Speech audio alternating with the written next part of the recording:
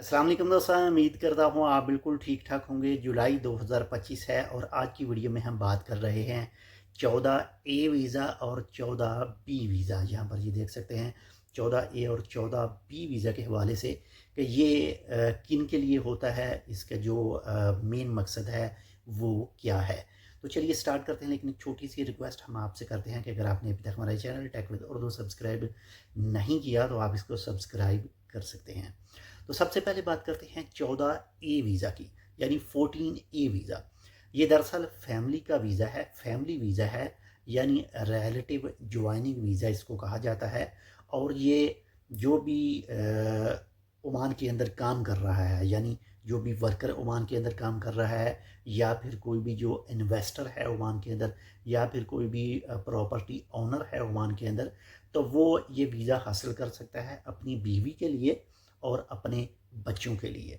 यानी उसके जो बच्चे होंगे जिनकी एज 21 साल से कम होगी, यानी 21 ईयर से कम एज होगी, तो उसको ये 2 साल वाला ये 14A 2 ईयर फैमिली वीज़ा है, जिसको रिलेटिव ज्वाइनिंग वीज़ा कहा जाता है। इसके साथ ही बात करें अगर 14B वीज़ा की, यानी 14B वीज़ा, तो 14B वीज़ा जो है ये सिर्फ़ और सिर्फ जो एक ओमानी शादी करता है किसी खारजी औरत के साथ में, तो वो इस वीज़े के ऊपर जो है वो उसको बुलाता है ओमान के अंदर।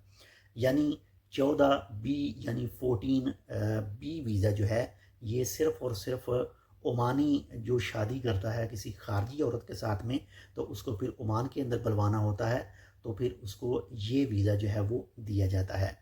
तो एक और चीज़ आपके साथ क्लियर करता चलूँ कि 14A वीज़ा और 14B वीज़ा, इसका जो रेसिडेंस कार्ड जो इसका बनता है, जो इसका बताका बनता है, वहाँ पर जो महाना है, महाना बिल्कुल खाली रहता है। यानी महाने की जगह पे कुछ भी नहीं लिखा होता, क्योंकि ये एक विज़िट वीज़ा होता है 2 ईयर का, सॉरी, ये एक फैमिली ज्वाइनिंग वीज़ा होता है 2 ईयर का, और इसमें महाना कुछ भी नहीं होता। तो बाकी अगर मज़ीद भी अगर आपके जहन में कोई सवाल हो इसके बारे में, या फिर 14A 14B 14C इसी के हवाले से, तो आप कमेंट करके पूछ सकते हैं। इंशाल्लाह जल्द से जल्द आपको रिप्लाई करने की कोशिश करेंगे। तो ये थी एक छोटी सी मालूमात 14A वीज़ा और 14B वीज़ा की। उम्मीद करता हूँ आपको हमारी ये छोटी सी इन्फॉर्मेशन है पसंद है तो लाइक कर दीजिएगा, अपने दोस्तों के साथ इसको अपने सोशल मीडिया के अकाउंट में भी लाजमी शेयर कर दीजिएगा। मिलता है इंशाल्लाह आपसे दूसरी अपडेट के साथ, तब तक के लिए अल्लाह हाफ़िज़।